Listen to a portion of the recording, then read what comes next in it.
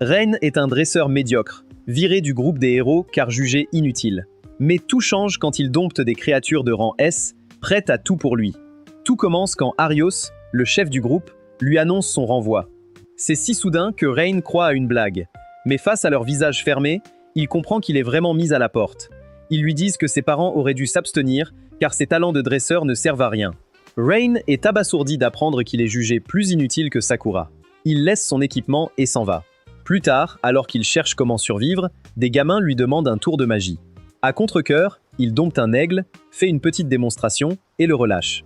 Les enfants sont si impressionnés qu'ils veulent devenir dresseurs. Ça rappelle à Rain pourquoi il avait rejoint le groupe des héros. Il décide de prendre un nouveau départ et s'inscrit comme aventurier. À la guilde, il rencontre Nathalie qui lui explique tout. Elle lui demande sa classe. Quand il répond dresseur, elle lui suggère de changer de voie. Rain insiste, alors elle lui donne une mission d'essai. Tuer 10 gobelins et récolter 20 herbes médicinales. Rain part aussitôt et dompte un écureuil qui le mène à un groupe de gobelins. Après les avoir vaincus, il libère l'écureuil et récupère les gemmes. Soudain, il entend un cri dans la forêt et découvre une fille menacée par un tigre de rang D. Rain fonce l'attaquer avec son couteau, mais la lame casse. Il dit à la fille de fuir, mais elle se prépare, saute et met le tigre KO d'un coup de pied. En la voyant sur le tigre, Rain réalise qu'elle est une esprit-chat, une espèce légendaire rarissime. La fille s'effondre d'épuisement. Rain la rattrape. Elle lui dit qu'elle meurt de faim. En partageant son repas, il se demande si cette fille aux oreilles de chat est vraiment une légende. Mais le cratère laissé par son coup de pied confirme tout. Elle se présente. Kanade. Elle explique qu'elle s'ennuyait au village et voulait voir le monde. Rain lui raconte ses déboires. Et elle s'énerve pour lui. Il la rassure en disant qu'il est mieux sans ces losers et lui caresse la tête sans réfléchir, ce qui la rend heureuse. Kanade lui dit de ne pas douter de lui, qu'il est incroyable. Elle affirme que seul quelqu'un de puissant peut dompter une créature comme elle. Rain repense à son passé et réalise qu'avec une telle alliée, il peut vraiment changer sa vie. Il tente de former un contrat et, miracle, il réussit. Le symbole apparaît sur la main de Kanade. Ils partent ensuite cueillir les herbes. Rain dompte des dizaines de lapins pour l'aider, ce qui stupéfie Kanade, qui n'a jamais vu quelqu'un faire autant de contrats à la fois. Rain ne réalise pas l'exploit et pense que tout le monde peut faire ça, ce qui rend Kanade encore plus folle. Plus tard, il revient à la guilde pour valider sa quête. Nathalie lui remet sa carte d'aventurier de rang F. Elle lui donne 50 pièces de cuivre et l'encourage à continuer. Rain est fier, mais inquiet pour son logement. Il retrouve Kanade qui le félicite. Mais un voyou s'approche d'elle et lui manque de respect. Kanade le remet à sa place, mais le type insiste pour qu'elle quitte ce dresseur minable. Elle réplique qu'il est son maître. Le voyou rit, refusant de croire qu'un dresseur puisse dompter une esprit-chat. Il le défie alors à un bras de fer. Rain accepte pour protéger Kanade, malgré ses chances minces. À sa grande surprise, il écrase la main du voyou sur la table. Nathalie accourt, s'excuse pour le comportement du type, puis demande, stupéfaite, comment il a pu dompter une esprit-chatte dès son premier jour. Voyant leur peur, Nathalie s'excuse et lui promet un bel avenir avant d'emmener le voyou. Rain se demande comment il est devenu si fort. Kanade lui explique que leur contrat a décuplé sa puissance. Il est aussi fort qu'un esprit félin et Kanade est prête à tout pour le remercier. Mais il faut travailler pour payer l'auberge. Rain choisit la cueillette, ce qui agace Kanade qui veut des missions plus héroïques. Rain utilise des lapins pour récolter, rendant Kanade jalouse car elle veut être celle sur qui il compte. Au milieu de ses plaintes, elle entend des cris. Il découvre que le gang des crocs d'ébène harcèle un vieil homme. Kanade révèle leur cruauté et insiste pour lui venir en aide. Rain doute de pouvoir affronter tout un groupe, mais voyant le vieil homme en détresse, il décide d'intervenir, ce qui rend Kanade fier. Il fonce, neutralise quelques gardes, et Kanade porte secours au vieillard. Elle observe Rain avec inquiétude, craignant qu'il ne soit submergé par sa force. Mais Rain terrasse les bandits avec une facilité déconcertante. Kanade est stupéfaite par son talent. Elle est totalement sous le charme de sa démonstration de force. Il s'assure que Kanade va bien, mais elle est trop troublée pour parler et loue ses prouesses martiales. Rain explique qu'il a appris à se battre à main nue pour ne pas blesser les bêtes. Il conseille au marchand de voyager escorté, mais celui-ci avoue que ses gardes ont fui dès l'arrivée des bandits. Il supplie Rain de fuir avant que les crocs d'ébène ne reviennent le tuer. Mais Rain veut mettre fin à leur tyrannie.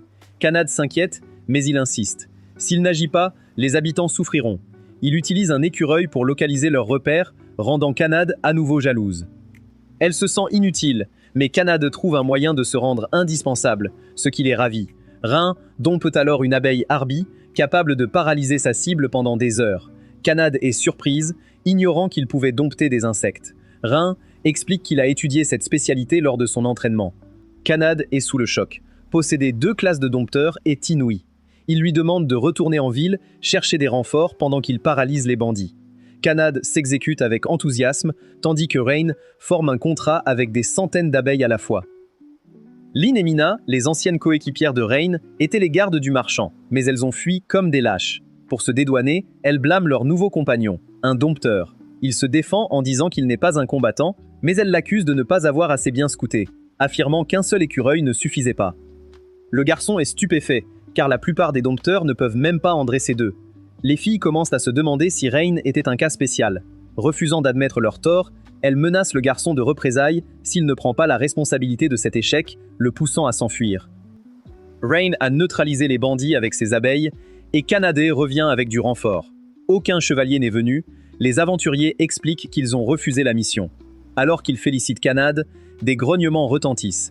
3 lézards royaux surgissent dans la grotte. Rain se demande d'où ils sortent, et un bandit avoue qu'il les utilisait pour leur défense. Mais les lézards deviennent fous et attaquent tout le monde. Rain ordonne aux aventuriers de quitter la grotte. Seul, il admet qu'il n'est plus le faible qu'il était dans le groupe du héros. Avec Kanad, il peut accomplir de grandes choses. Après quelques minutes d'angoisse pour les aventuriers, ils sortent de la grotte avec quelques égratignures seulement. Les aventuriers les couvrent de louanges. Rain remercie Kanad d'avoir changé sa vie, et elle lui sourit. Plus tard, Nathalie le convoque à la guilde pour lui annoncer qu'il est désormais un aventurier de rang E. En prime, il reçoit une récompense substantielle. Il s'achète de l'équipement et fête ça avec un dîner. À l'auberge, il n'y a qu'une chambre. La gérante l'y traîne de force. Alors qu'il lutte contre ses pulsions, Kanad saute sur le lit et l'invite à la rejoindre. Il est si nerveux qu'il veut dormir dehors, mais Kanad l'en empêche. Il finit par avouer qu'il est trop timide pour partager sa chambre.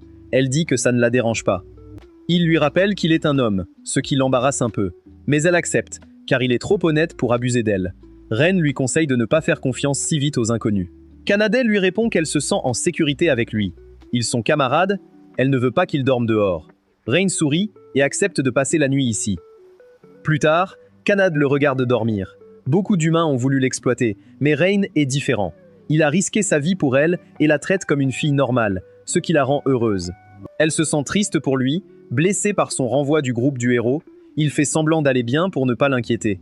Elle se promet de le rendre heureux et de rester à ses côtés. Une semaine plus tard, leur lien s'est renforcé. Nathalie leur parle d'un voyou sur le pont Stride qui bloque le passage. Elle encourage Rain à accepter la quête, ouverte à tous, avec une grosse récompense. Rain accepte et se rend au pont, seul accès vers le continent sud. Personne ne veut décrire le voyou. Soudain, un immense dragon rouge apparaît dans le ciel, les terrifiant. Le dragon atterrit et se transforme en une fille colérique qui les défie. Tanya, une dragonne légendaire, s'entraîne ici. Elle cherche un adversaire depuis des semaines et est ravie de voir un aventurier avec une esprit chat. Rain hésite, mais Kanad le rassure sur leur force. Il accepte. Tanya attaque, Rain bloque, ce qui l'impressionne. Elle crache du feu, Rain esquive, mais la queue de Kanad est brûlée. Furieuse, Kanad charge. Ils se battent. Rain tente une attaque, mais Tanya les repousse et envoie une autre flamme. En plein vol, ils s'écartent, mais Rain est épuisé. Tanya admet qu'ils sont les premiers à tenir si longtemps. Rain comprend qu'il doit utiliser ses pouvoirs de dresseur. Il élabore un plan et demande à Kanad de gagner du temps. Elle distrait Tanya pendant que Rain contracte des oiseaux. Il revient avec une nuée qui chatouille la dragonne. Elle les chasse, fière, mais s'écroule. Rain révèle que ces oiseaux, les pitots, sont venimeux. Paralysée, Tanya abandonne. Rain lui propose de les suivre. Elle croit à une blague, mais il veut juste discuter. Si elle refuse, il la laissera tranquille. Tanya voit qu'il n'a pas de mauvaises intentions et le traite de bizarre. Kanad la chatouille, elle cède et accepte de les suivre. Nathalie est impressionnée par la réussite de la mission. Elle remarque Tanya et demande si c'est le dragon qui l'a vaincue, mais Rain prétend vite que c'est une cosplayeuse. Tanya ne comprend pas et veut révéler son identité, mais il l'entraîne dehors. Des gamins voient ses cornes et l'adulent. Alors elle tente encore de tout avouer. Rain l'emmène en forêt pour lui expliquer les conséquences de ses actes, puis lui promet un endroit sûr. Il demande pourquoi les aventuriers n'ont rien dit sur elle, et Tanya répond qu'ils avaient honte d'avoir été battus par une fille. Rain accepte de ne pas la dénoncer si elle s'entraîne ailleurs, mais elle admet que sa méthode est mauvaise et demande à les suivre. Rain est surpris. Elle l'enlace et dit qu'elle aime sa façon de la protéger. Elle veut le remercier avec une gâterie. Rain, faible, demande à Kanade si elle est d'accord. Kanade est jalouse, mais accepte Tanya si elle peut partager son temps avec lui. Rain commence le rituel et la dompte. Pendant que Rain enchaîne les succès, son ancien groupe galère car il ne trouve pas de remplaçant à sa hauteur. Arios, leur chef, suggère de s'excuser pour le faire revenir. Une fois la quête finie, ils pourront le virer à nouveau. Le lendemain, Rain et ses deux beautés partent en mission pour chasser des slimes. Les slimes sont faibles, mais s'ils prolifèrent, ils ravagent tout. Kanade ne veut pas se salir les mains, mais Tanya propose de les brûler. Kanade la remercie, et Rain est ravie de voir qu'elles s'entendent bien. Le trio ne trouve plus de slime. Alors Rain forme un contrat avec un oiseau. Au lieu de lui donner des ordres, il transfère sa conscience en lui, ce qui effraie les filles. Il appelle ça l'assimilation, et les filles pensent que ce type peut tout faire. Quand il dit que c'est courant, elles crient que non, alors il s'envole chercher des slimes pendant qu'elle protège son corps. Il revient avec des slimes, mais avant que Kanade n'attaque, Tanya demande quels autres secrets il cache. Il avoue maîtriser le soin et la boule de feu, mais Tanya le pousse à tester sa puissance. Il se concentre et lance une boule de feu si énorme qu'elle pulvérise toute la colonie. Tanya pense que le contrat avec Kanade a boosté sa force et sa vitesse. Comme les dragonides excellaient en magie, elle pense que leur contrat a amplifié ses capacités. Face à d'autres slimes, les filles l'encouragent à pratiquer. Il lance une petite boule de feu, mais Tanya devient une prof tyrannique qui hurle dans ses oreilles. Cela aide Rain à mieux contrôler sa magie, ils éliminent les slimes et rentrent à la guilde. Une fille les remercie pour le travail. Rain revient avec une belle récompense et les emmène manger au marché. Il est heureux de voir Tanya s'intégrer avec son cosplay. Le soir, elle mange comme des ogres et se complimente. Tanya demande alors à Rain où il a appris à dresser les bêtes. Il leur parle de son petit village natal. Tout était joyeux, jusqu'au jour où le village a été rayé de la carte.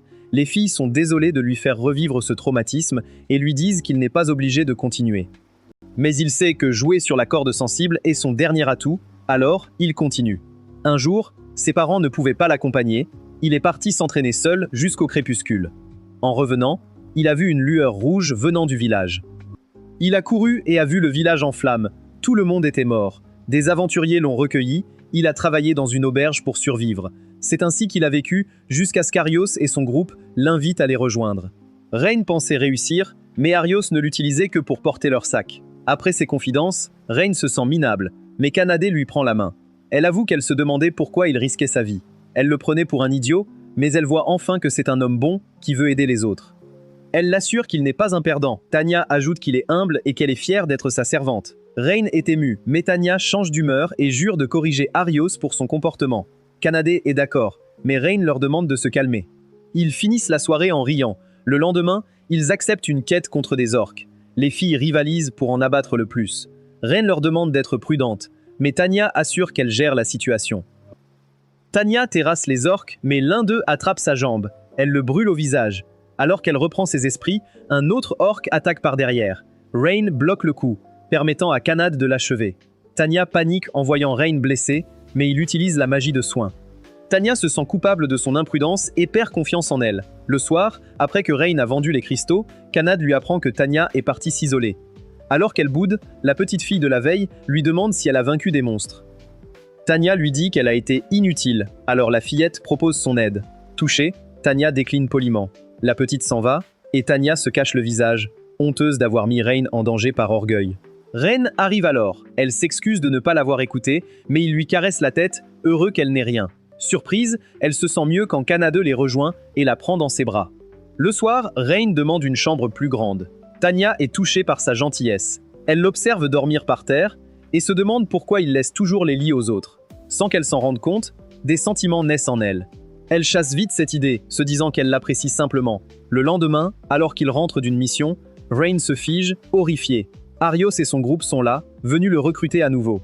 Rain veut éviter tout contact, mais Arios lui demande de ne pas être rancunier. Il s'excuse, admettant qu'ils auraient pu être plus gentils. Rain reste silencieux, mais ses compagnes s'avancent et demandent à Arios s'ils sont son ancienne équipe. Arios est choqué de voir Rain avec deux êtres légendaires. Quand Kanade dit qu'ils sont ses camarades, Arios pense que Rain est leur larbin, mais elle rétorque avec colère que Rain est leur maître, ce qui les stupéfie. Rain demande ce qu'ils veulent. Arios lui fait une offre qu'il ne peut refuser. Il parle de la forêt perdue, expliquant qu'il a du mal à l'explorer car c'est un labyrinthe changeant. Ils veulent que Rain les accompagne pour porter leur sac, mais il n'est plus le perdant d'autrefois et refuse. Mina, la prêtresse, lui explique que leur quête est vitale pour sauver le monde, car la forêt abrite le bouclier nécessaire pour vaincre le roi démon. Elle ajoute qu'ils doivent récupérer toutes les reliques sacrées, ce qui rappelle à Rain le massacre de son village.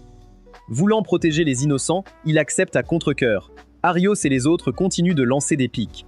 Kanad et Tanya les arrêtent et exigent qu'Arios présente des excuses sincères à Rain. Arios ne les prend pas au sérieux, et Tanya l'intimide avec son aura.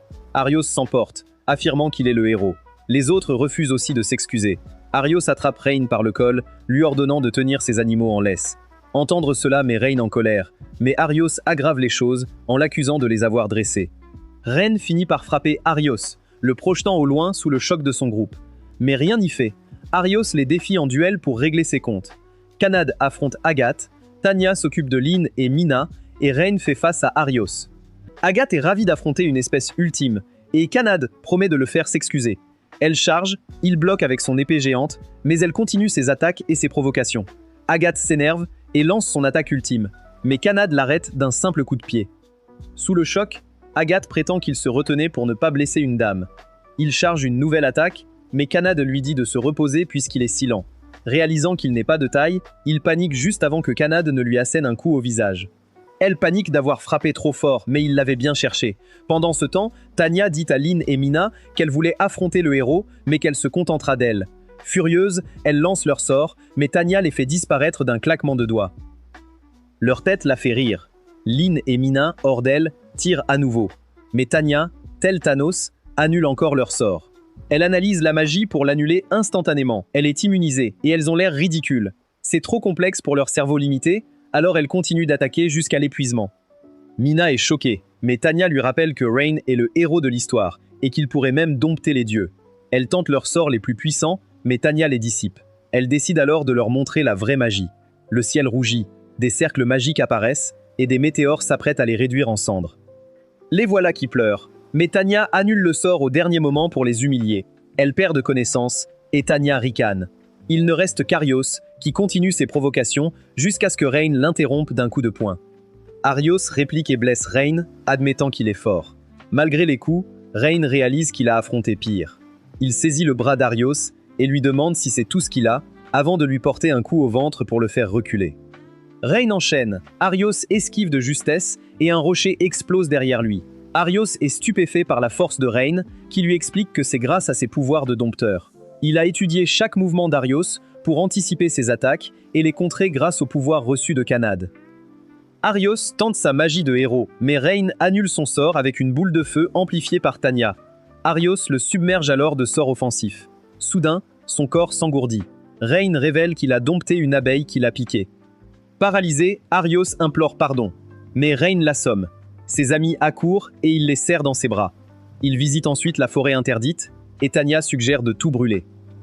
Rain refuse, car l'écosystème est fragile. De plus, le bouclier de vérité s'y trouve, réservé aux héros. Rain regarde la carte d'Arios et avoue qu'elle est inutile, car la forêt change constamment. Après leur défaite, Tanya les a forcés à s'excuser, mais Arios a repris son arrogance en demandant à Rain de lui apporter le bouclier. Les filles étaient furieuses, mais Rain les a calmées et a accepté la mission. Aujourd'hui, les filles pensent qu'elles peuvent vaincre le démon seules, mais Rain les rassure. Arios est le seul capable de le vaincre, alors elles acceptent de le surveiller. Pour s'orienter, Rain fusionne avec un oiseau pour observer la forêt d'en haut. Pendant qu'il est parti, les filles veillent sur son corps. Il revient et les guide, mais il retombe sur une pierre marquant leur point de départ. Il tourne en rond. Rain est sûr de son chemin, confirmé par d'autres oiseaux, la forêt cache quelque chose. Tanya lance un sort de détection. Des particules lumineuses apparaissent et les mènent à un arbre brillant. Il émet une magie illusoire qui égare les voyageurs. Elle demande à Kanad de détruire l'arbre pour dissiper le sort. Rain veut éviter de blesser l'arbre. Tanya connaît une autre méthode, mais elle est longue. Kanad craint qu'Arios ne se moque de Rain.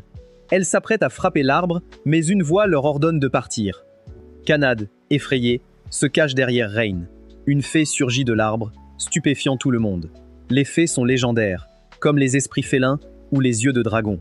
Les humains n'en ont pas vu depuis 2 siècles, car ils pillaient leur foyer. Les fées les considèrent comme des ennemis mortels. Les fées se sont réfugiées dans les terres lointaines. Reine tente de parlementer, mais la fée lui ordonne de déguerpir. Devant son insistance, elle menace de les effacer s'ils ne partent pas. Le trio s'enfuit au plus vite. À l'abri, ils reprennent leur souffle. Kanad s'étonne de cette hostilité, les fées étant censées être accueillantes. Rain est surpris qu'elle se soit montrée. Elle n'est apparue que quand Kanad a menacé l'arbre. Protège-t-elle le monstre qui détient le bouclier de vérité? Tanya veut distraire la fée pour que Kanade détruise l'arbre. Rain préfère tenter de discuter. Les filles s'y opposent, vu les menaces de la fée, mais Rain pense qu'en approchant sans hostilité, elle comprendra. Rain s'approche à nouveau de la fée et assure qu'ils ne sont pas des ennemis, juste en quête. Elle menace d'attaquer, mais Rain reste ferme, affirmant qu'il ne veut aucun mal. Il demande même d'épargner ses amis. La fée prépare son attaque. Rain se souvient de sa patience avec les bêtes. Elle tire des flèches magiques qui les gratignent, mais il reste immobile, voulant parler. La fée est confuse.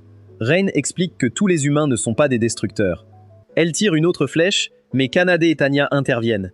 Elles assurent que Rain est bon et qu'il voulait protéger la forêt.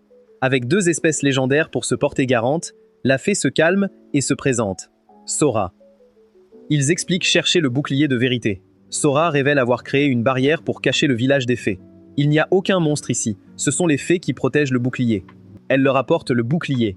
Les fées ont pactisé avec le héros précédent pour le transmettre au suivant.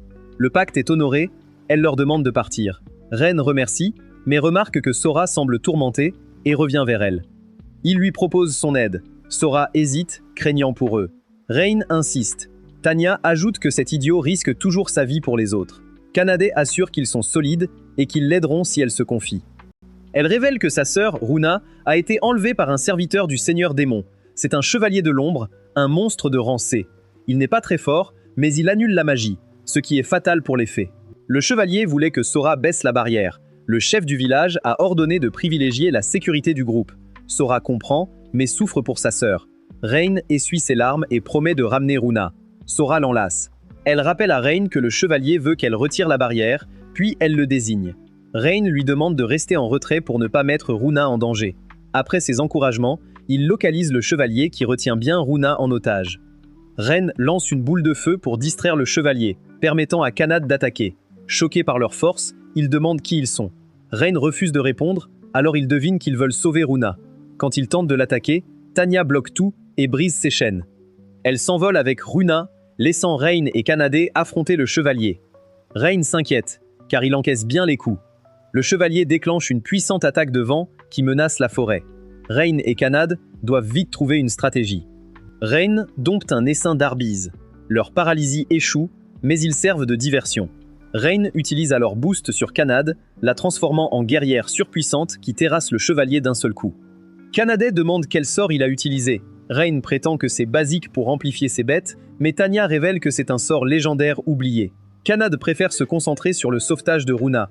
Runa se réveille, et Rain explique que Sora les a envoyés. Les sœurs se retrouvent et remercient le groupe. Rain minimise, mais Runa insiste sur le danger qu'elle a couru, ce qui lui vaut une réprimande de Sora. Rain est heureux de les voir agir normalement. Kanad évoque une vie heureuse, mais Sora refuse de rester avec ceux qui l'ont abandonné. Ignorant tout du monde extérieur, Kanad les invite à rejoindre leur groupe. Tanya est d'accord, alors Rain demande aux fées si voyager avec un humain leur convient. Sora croit désormais qu'il existe des humains nobles et avoue apprécier Rain. Runa est aussi curieuse. Rain accepte, espérant une relation plus intime avec les jumelles. Celle-ci demande alors à conclure un contrat, comme avec Kanad et Tanya. Rain hésite, craignant que les fées soient trop difficiles à dompter. Tanya et Kanade l'encouragent à essayer. Ils se lancent, réussit, et le sceau magique apparaît sur leurs mains. Contractés, 2 êtres légendaires l'épuisent, mais les jumelles le rattrapent. Rain retrouve le groupe d'Arios sous la surveillance discrète de son harem. Elles sont prêtes à intervenir si Arios s'en prend à lui. Ils doutent de l'authenticité du bouclier, mais Rain leur demande d'inspecter. Mina confirme que c'est le bon. Arios remarque les faits et lance une remarque déplacée. Rain exige sa récompense sans répondre. Arios paye les 20 pièces d'or. Rain veut partir, mais Agathe propose qu'ils reviennent dans le groupe des héros. Arios s'emporte, mais Agathe insiste, soulignant leurs difficultés depuis son départ. Rain a trouvé le bouclier en 2 jours, là où ils ont échoué pendant des semaines.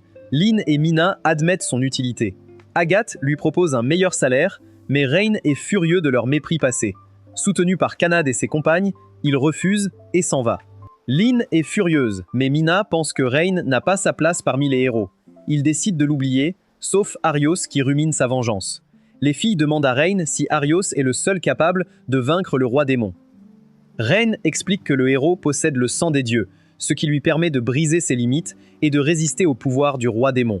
Kanad trouve Arios faible, mais Rain est convaincu qu'il progressera pour accomplir sa mission. Runa demande alors à Rain s'il est comme le héros, car chaque contrat avec une espèce légendaire décuple sa force. Il s'accorde à dire qu'il a dépassé les limites humaines. S'il en dompte d'autres, il deviendra le plus fort du monde, exception faite de Gojo Satoru.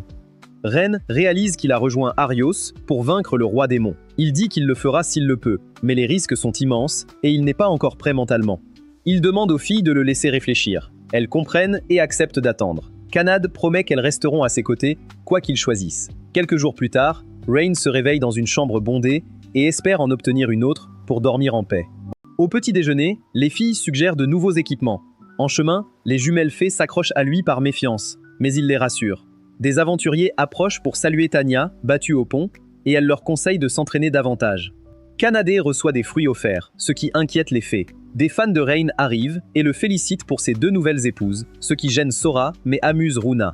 L'une d'elles complimente leur beauté. Et quand Sora remercie, Runa veut révéler sa vraie forme, mais Rain l'arrête. Runa est agacée, mais Sora rappelle qu'elles doivent rester cachées. À l'armurerie, Gans le nain intimide Kanad. Rain examine les armes, Runa trouve un fouet et demande s'il a des goûts bizarres, ce qui fait paniquer Sora. Alors qu'elle poursuit Runa, Rain trouve une dague étrange. Un client entre et achète une épée de luxe. Une fois parti, Rain dit à Gans que c'est une pâle copie, tout comme le reste de la boutique. Gans rit et salue l'œil expert de Rain. Il admet que ses armes sont des leurs.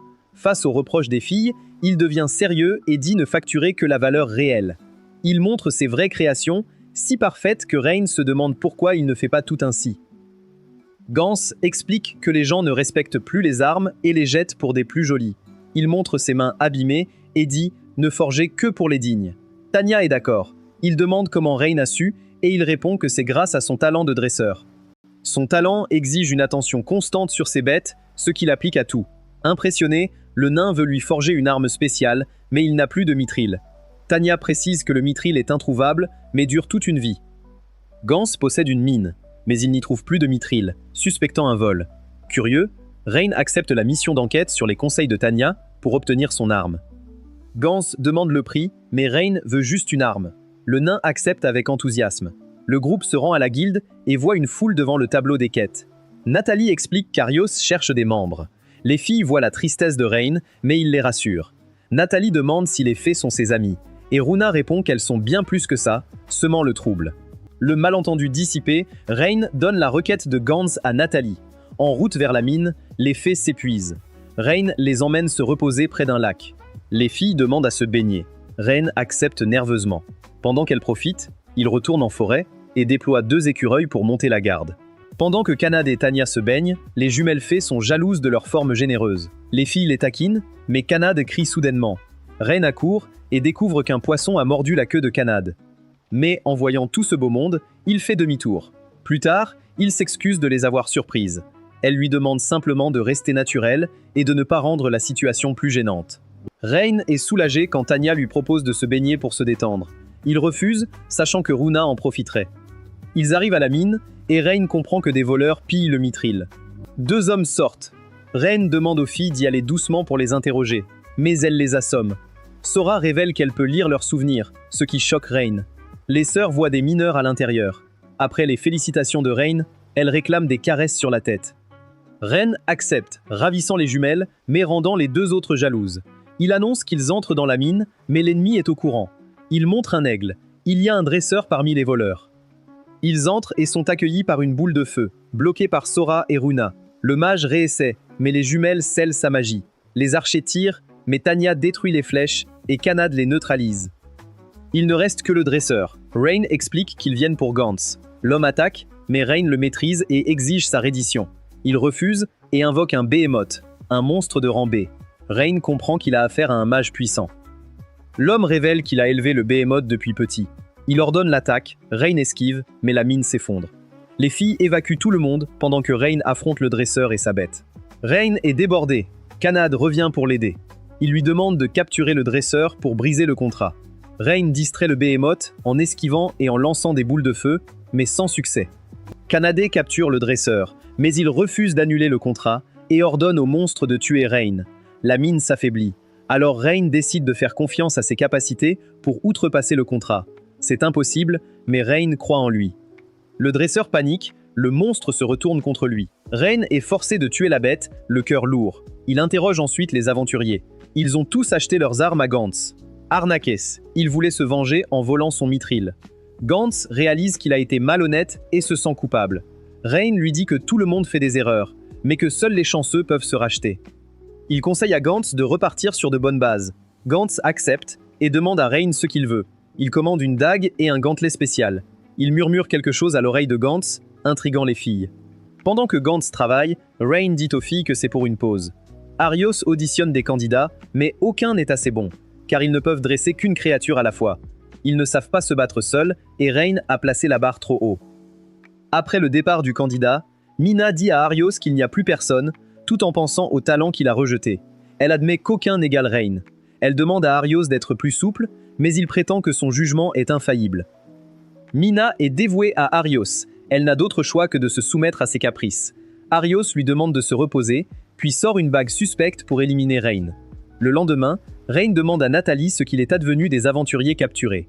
Elle répond qu'ils ont perdu leur licence et sont condamnés aux travaux forcés. Rain trouve la peine sévère, mais Nathalie rappelle qu'ils ont volé du mithril et dompté un monstre. Rain, déprimé, rejoint les jumelles qui le rassurent sur le bien fondé de ses actes. Soulagé, il les remercie et leur propose une promenade. Ils explorent la ville pendant que Kanade et Tanya dorment. Devant un stand de hot-dog, Rain réalise que Runa et Sora n'ont pas mangé de nourriture humaine depuis longtemps. Il leur fait goûter et espère qu'elles apprécieront.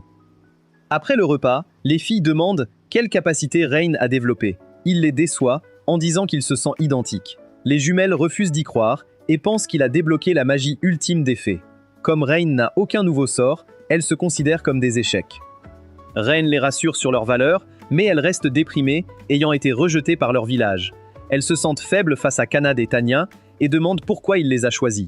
Rain leur raconte alors son éviction, admettant qu'il avait tort de ne pas faire confiance à ses alliés. Il pensait ne pas en faire assez et en faisait trop. Il regrette de ne pas avoir eu plus confiance en eux. Désormais, il a des alliés qui lui font confiance, et il leur rend l'appareil. C'est pour cela qu'il veut que Sora et Runa restent à ses côtés. Satisfaite, Runa demande un autre hot-dog. En chemin, un noble blond les arrête pour leur demander leur nom. Il les trouve mignonnes et veut les ajouter à son harem. Les sœurs l'envoient paître, mais il se présente comme Edgar, fils d'un seigneur, et leur propose de devenir leur protecteur si elles se soumettent. Elles disent avoir déjà un maître, alors Edgar ordonne à ses gardes de les enlever. Rain ne bouge pas et neutralise les chevaliers en quelques secondes. Edgar menace alors des civils pour forcer Rain à lui livrer les filles. Rain évalue ses options. Les gardes sont trop dispersés pour qu'ils puissent tous les sauver, alors Runa et Sora proposent leur aide. Mais utiliser leur magie révélerait leur nature de fée et les forcerait à quitter la ville. Rain refuse de les impliquer et cherche dans ses sorts. Il en découvre un nouveau et décide de le tester. C'est une salve de boules de feu qui neutralise les gardes d'Edgar. Les jumelles sont sous le choc, car seul un fée peut lancer plusieurs sorts à la fois. Rain ordonne à Edgar de déguerpir, et le noble s'enfuit en jurant de se venger. Sora et Runa remercient Rain, et la foule commence à l'acclamer. Une vieille dame leur conseille pourtant de quitter la ville au plus vite, ce qui les inquiète. Arios observe la scène, impatient d'utiliser sa bague contre Rain. De retour à l'auberge, Runa raconte les exploits de Rain à Kanade et Tanya. Sora ajoute que Rain a acquis le multicasting grâce à leur contrat. Rain révèle que son contrôle magique s'est amélioré. Runa se sent enfin utile, mais les autres la rassurent. Elles regrettent d'avoir dormi et craignent qu'Edgar ne s'en prenne à nouveau aux habitants. Edgar s'en sort toujours grâce à son statut, étouffant les affaires. Tanya, furieuse, veut incendier son manoir. Rain tente de la calmer, mais elle refuse d'écouter, car Edgar a menacé ses camarades.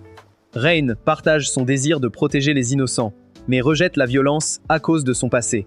Il se demande pourquoi il ressent ce besoin en tant que simple dompteur, et s'il doit quitter la ville.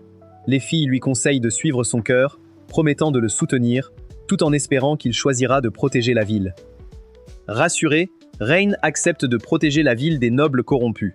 Le soir, Edgar fait son rapport à son père et ordonne à son sbire, Gillette, de faire taire quiconque oserait se plaindre. Il lui donne une grosse somme pour enquêter sur Rain et promet une prime s'il le capture. À peine Gillette parti, Edgar bat sauvagement une jeune esclave sans raison.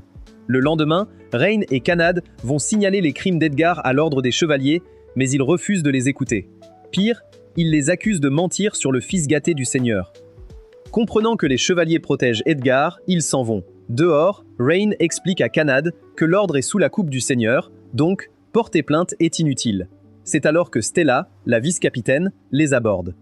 Elle remercie Rain pour la capture des crocs de Yiban et avoue sa honte face à l'échec de ses hommes. Stella veut faire tomber le seigneur corrompu, mais elle ne peut faire confiance à ses chevaliers, trop loyaux envers lui. Rain, méfiant, refuse son offre pour l'instant. Kanad, elle, croit en la sincérité de Stella et convainc Rain de lui laisser une chance. Une fois alliés, Stella explique qu'ils ne peuvent accuser le seigneur sans preuve solide, sous peine d'être arrêtés, voire exécutés pour trahison. Rain élabore un plan pour piéger les chevaliers corrompus. Après avoir récupéré du matériel chez Ganz, ils font courir le bruit qu'une preuve accablante est cachée dans un entrepôt abandonné. Comme prévu, les chevaliers cupides se précipitent sur place. Dès leur entrée, Kanad et les jumelles scellent les issues avec leur magie de glace. Rain surgit, équipé de son nouveau gantelet, et les neutralise un par un. Bientôt, tous les chevaliers sont à terre, sauf Gillette, que Rain a délibérément épargné. Voyant Stella, Gillette la traite de traîtresse, mais elle reste impassible.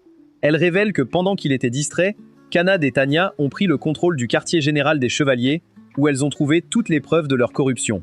Acculée, Gillette n'a d'autre choix que d'affronter Stella. Le combat est bref, et elle le terrasse sans difficulté. En le regardant au sol, elle lui dit qu'il a déshonoré le nom de tous les vrais chevaliers. Peu après, Edgar apprend la nouvelle. Furieux de la défaite de ses alliés, il perd tout contrôle. Au lieu de réfléchir, il déverse sa rage sur la pauvre esclave, la frappant sans pitié alors qu'elle n'a rien fait. Une fois calmé, il arpente sa chambre, cherchant désespérément une solution. Alors qu'il réfléchit, quelqu'un apparaît à sa fenêtre. C'est Arios, qui prétend savoir exactement comment se débarrasser de Rain une bonne fois pour toutes. Edgar exige de connaître le plan. Sans un mot, Arios lui lance un anneau maudit, affirmant que c'est la solution qu'il attendait. Après son départ, Edgar rit de façon sinistre pendant que l'esclave pleure au sol. Avant d'être capturée, elle était adorée dans son village pour sa beauté. Aujourd'hui, elle est traitée comme une moins que rien. Pendant ce temps, Stella arrive au manoir du seigneur avec ses hommes loyaux, mais les gardes lui bloquent l'accès. Quand elle annonce l'arrestation de Gillette, les gardes appellent des renforts. Malgré le danger, Kanad et Tanya sourient, ravis de pouvoir se battre sans retenue. En enfonçant la porte, Edgar les voit arriver, mais il est confiant. Il compte utiliser l'anneau pour briser le contrat de Rain. Pendant ce temps, Rain s'infiltre par l'arrière avec les jumelles. Sora est très discrète, mais Runa est bruyante et excitée. Elle utilise un sort de détection pour localiser les otages, mais elle capte aussi une signature magique non humaine, aussi puissante qu'elle. Rain se demande s'ils ont trouvé une autre espèce légendaire. Curieux, Rain demande aux filles de libérer les otages pendant qu'ils cherchent la source de magie. Elles craignent pour lui, mais il les rassure. Comme il ne peut pas les téléporter, il s'excuse, elles devront révéler leur identité. Touchées par son attention, elles acceptent et se séparent. Rain trouve la cellule de l'esclave. En voyant sa queue de renard, il comprend qu'elle est une demi-déesse. Voyant ses blessures, il brise la serrure et la soigne. Il la rassure et demande son nom. Elle se présente, Nina, les larmes aux yeux, et l'enlace. Edgar avait attaqué son village, mais elle s'était protégée par une barrière. Pour sauver ses amis, elle a dû accepter son collier. Depuis, il la maltraite. Rain promet de la sauver, mais elle craint le collier. Il tente de passer outre avec ses pouvoirs, mais cela lui inflige une douleur atroce. Nina le supplie d'arrêter, craignant pour sa vie. Mais Rain refuse d'abandonner. En canalisant la puissance de ses contrats, il parvient à briser le collier de Nina. Elle le serre dans ses bras et lui demande de ne plus jamais risquer sa vie pour elle. Pendant ce temps, Tanya et Kanade corrigent les chevaliers, aidés par les fées. Elles occupent les gardes pendant que Stella affronte Edgar. Le père d'Edgar panique, mais ce dernier lui dit de fuir et gère la situation. Dans le hall, Rain retrouve les autres. Quand il présente Nina, elle le taquine sur son succès auprès des filles. Tanya avoue qu'elle plaisantait, car Sora les avait déjà mises au courant pour Nina. Kanad, câline Nina et Stella remercient Rain. Le seigneur arrive et se fige en les voyant. Stella exige sa reddition, mais il refuse. Rain utilise alors son gantelet pour tirer une corde et le ligoter. Edgar surgit et invoque un faucheur. Rain est touché par sa faux. Il semble mort, mais il n'a aucune blessure et le faucheur disparaît. Les filles sont sous le choc. Il a survécu à une mort instantanée. Runa, Sceptique, lance un nuage de poison, sans effet. Sora explique qu'elle se demandait pourquoi Rain n'avait qu'un seul bonus après leur contrat. Elle a déduit qu'il possédait une seconde capacité cachée. Elle pense à une annulation d'altération d'état. Edgar, désespéré, est consumé par son anneau. Rain tente de l'arrêter avec une boule de feu, mais c'est inutile. Un monstre terrifiant apparaît devant eux. Rain reconnaît le démon qui a ravagé son village et tué ses parents. Il veut se venger. Le démon dit avoir d'autres chats à fouetter et s'envole. Rain craint pour les civils et son équipe est prête à combattre. Nina veut venir, mais Rain refuse. Le démon sème le chaos en ville quand Kanade le fait chuter.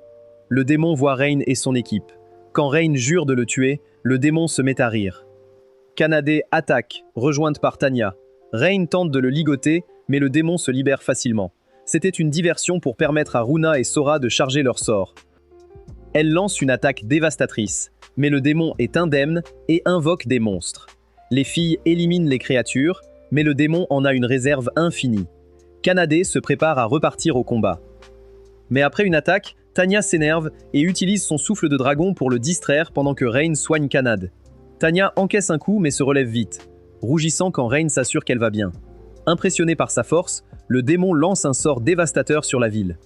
Rain lance des boules de feu pour distraire le démon, permettant aux jumelles fées de l'immobiliser. Rain booste Kanade et Tanya, qui foncent à l'attaque. Surprise de voir le démon debout, elle le voit invoquer une armée de monstres pour riposter. Le démon s'envole pour détruire la ville. Rain doit choisir entre le combattre ou aider les gens. Les jumelles révèlent qu'elles peuvent téléporter tout le monde, permettant aux autres de stopper le démon. Rain s'inquiète pour leur identité, mais elles veulent sauver tout le monde et partent. Pendant ce temps, le groupe d'Arios apprend qu'un général démon attaque la ville. Arios veut ignorer les petites menaces, et quand Agathe et Mina tentent de le raisonner, il les fait taire. Stella et ses chevaliers protègent la ville. Épuisés, les chevaliers sont remotivés par Stella. Les jumelles arrivent et proposent d'évacuer la ville. Stella part alors avec ses chevaliers pour rassembler les habitants. Les jumelles promettent de protéger Nina, mais elle veut aider. Les habitants se rassemblent en forêt où les jumelles créent un cercle magique. Mais les gens hésitent à cause de leur vieille rancœur envers les fées. Un homme qui leur avait vendu des hot dogs s'approche. Il dit que la nourriture unit les gens et entre dans le cercle. Une fille qu'elles avaient trouvée jolie et une grand-mère sauvée par le groupe les suivent. Voyant cela, les autres leur font confiance. Après les téléportations, un chevalier prévient Stella que des monstres arrivent. Sora combat pendant que Runa téléporte. En ville, les aventuriers battus par Tanya rejoignent le combat et Nathalie mobilise la guilde. Gantz arrive avec des armes de qualité pour aider Rain. La situation s'améliore, mais Nina se sent inutile. Elle avoue avoir toujours fui par peur de blesser les autres.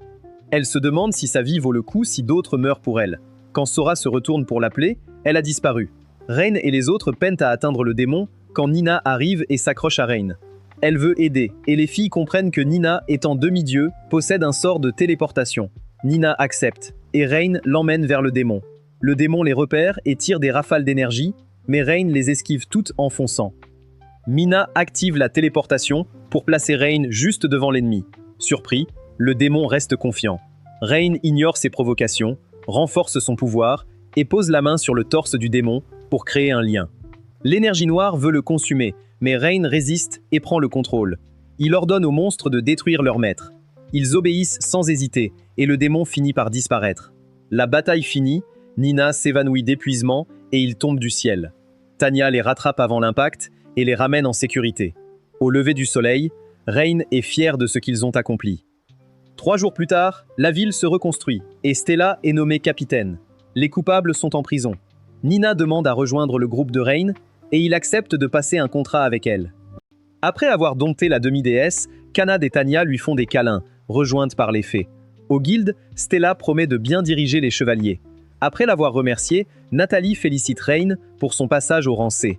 Rain est confus, il devait passer rang D. Nathalie explique que c'est le dernier épisode et qu'il faut accélérer. Alors elle lui offre un double rang. Elle annonce une belle prime, alors Rain propose un festin. Rain présente Nina à Nathalie, qui lui fait des câlins jusqu'à découvrir sa nature. Comme leur chambre est trop petite, Nathalie suggère d'acheter une maison. Le groupe est unanime, c'est la meilleure option. Ils choisissent un grand manoir, mais Nathalie avoue qu'il est hanté. Kanade panique, les fantômes sont son point faible, mais Nina la rassure. Les autres ne s'en soucient pas, ils sont très puissants. Rain veut inspecter les lieux, l'intérieur est propre, mais soudain, tout bouge et une voix leur ordonne de partir. Peu après, un fantôme féminin à la poitrine généreuse apparaît. Les fées utilisent la magie sacrée, mais elle esquive. Tanya réalise que le fantôme ne peut qu'effrayer sans attaquer. Voyant Kanade terrifiée, le fantôme s'acharne sur elle. Kanade finit par attaquer le fantôme, et ça fonctionne. Les rôles s'inversent, mais les fées scellent la pièce. Rain tente de l'arrêter, mais elle attaque. Alors, il utilise le domptage de spectres appris au village. Elle refuse d'être domptée, mais finit par céder. Rain se présente. Elle s'appelle Tina et est morte il y a 30 ans. Elle veut partir, mais Kanade insiste pour qu'elle reste. Rain invite Tina à rester. Elle craint ses intentions, mais les filles assurent que Rain est un puceau timide. Il achète le manoir, ignorant qu'Arios harcèle un commerçant pour de la nourriture gratuite. Les habitants refusent, Arios n'a rien fait pour la ville. Furieux, il détruit l'étal et part, jurant de détruire Rain.